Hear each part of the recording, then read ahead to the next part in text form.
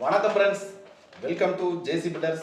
விருதுநகர்லேருந்து சத்யநேசன். இந்த வீடியோவில் நம்ம பார்க்க போகிறது வீடு கட்டுவதற்கு முன்பாக செய்யக்கூடாத ஒரு 5 தவறுகள் என்ன என்பதை இந்த வீடியோவில் நம்ம பார்க்க போகிறோம்.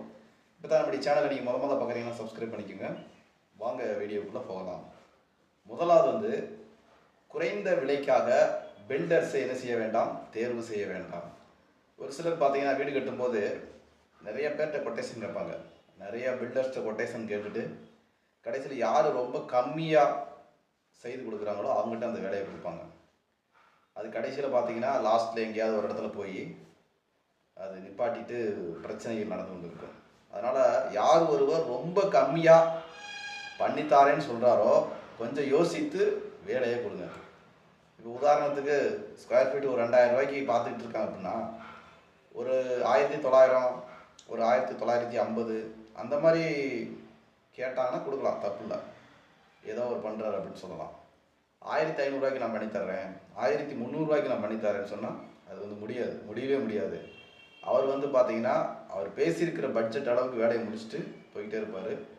நிறைய பேர் என்கிட்டே கேட்டுட்டு போனவங்க ரொம்ப கம்மியாக சொல்லிவிட்டு கடைசியில் நிறைய வேலைகளை பெண்டிங் போட்டு போனவங்க நிறையா இருக்கிறாங்க. அதனால் பில்டர்ஸ் நீங்கள் பேசும்போது ரேட்டு கம்மியாக ரொம்ப கம்மியாக பேசுகிறாரு சொல்கிறாருன்ட்டு வேலையை கொடுக்க வேண்டாம். ஓரளவுக்கு நார்மலாக மார்க்கெட் ரேட்டில் என்ன ரேட்டு போதோ அதை விட ஒரு 50-100 கம்மியானா தாராளமாக கொடுக்கலாம். ஓகே. இரண்டாவது விஷயம் பார்த்தீங்கன்னா வீடு கட்டுவதற்கு முன்னாடி ஒரு சரியான ஒரு வரைபடம் மிக மிக அவசியமாக இருக்கிறது. பிளான் இல்லாமல் எந்த ஒரு ஒர்க்கும் நீங்கள் ஆரம்பிக்க வேண்டாம். வரைபடத்தை ஒரு தடவைக்கு 2 தடவை செக் பண்ணி நமக்கு இது போதுமா, நம்ம ஃபேமிலிக்கு இது சரியாக வருமானு சொல்லி பிளான் பண்ணி செய்யுங்க. இதுவும் ஒரு சரியான முறைப்படி நம்ம வேலையை தொடங்குவது. மூன்றாவது விஷயம் தரமில்லாத பொருட்களை பயன்படுத்தக்கூடாது. நம்ம ஒரு 100-200 செலவுகள் கூடுது குறை ரெண்டாவது. ஆனால் தரமில்லாத பொருட்களை நீங்கள் பயன்படுத்தினீங்கன்னா ஃபியூச்சரில் பராமரிப்பு செலவுகள் வந்து கொண்டே இருக்கும். அதனால் எந்த ஒரு பொருள் வாங்கினாலும் இது பிராண்டாங்கிறத செக் பண்ணி யோசித்து வாங்குங்க. எல்லா பொருட்கள்லையுமே பிராண்ட் இருக்குது, லோக்கலும் இருக்குது. அதனால் எல்லாத்தையுமே செக் பண்ணி வாங்க. இப்போ தரமானது போட்டிங்கன்னா ஃபியூச்சரில் உங்களுக்கு பராமரிப்பு செலவு இருக்காது.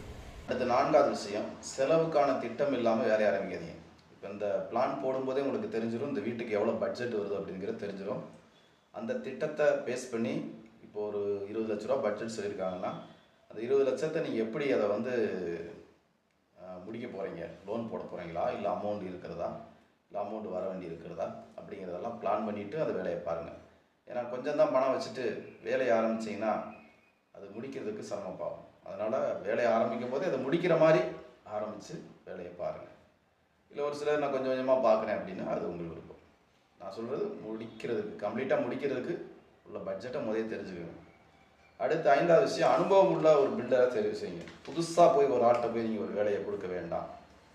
அனுபவம் நிறைந்தவர்களை பார்த்து ஏற்கனவே நிறைய வீடு கட்டியிருக்கிறாங்களா, அது எப்படி கட்டியிருக்கிறாங்க அப்படிங்கிறதெல்லாம் பார்த்துட்டு பில்டரை தேர்வு செய்யுங்க. புதுசாக ஒரு நபர்கிட்ட கொடுத்தீங்கன்னா அவங்களுக்கு என்ன செய்யறதுன்னு தெரியாது. அது மெயின்டைன் பண்ணுறதுக்கு நீங்கள் ஒன்றாக பயணித்து போகிறதுக்கு ரொம்ப சிரமமாக இருக்கும். அதனால் வீடு கட்டுவதற்கு முன்னாடி இந்த விஷயங்களை நம்ம தெரிஞ்சுக்கிட்டோம் அப்படின்னா நம்ம எதிரையும் போய் சிக்கிக்கொள்ள மாட்டோம். ஓகே. நீங்கள் ஏதாவது புதுசாக வீடு கட்ட விரும்பினா என்னோட கூட தொடர்பு கொள்ளுங்கள். நாம் தினந்தோறும் கட்டுமானம் சம்மந்தப்பட்ட வீடியோக்கள் தினமும் அப்லோட் பண்ணிக்கிட்டு இருக்கிறோம், பாருங்கள்.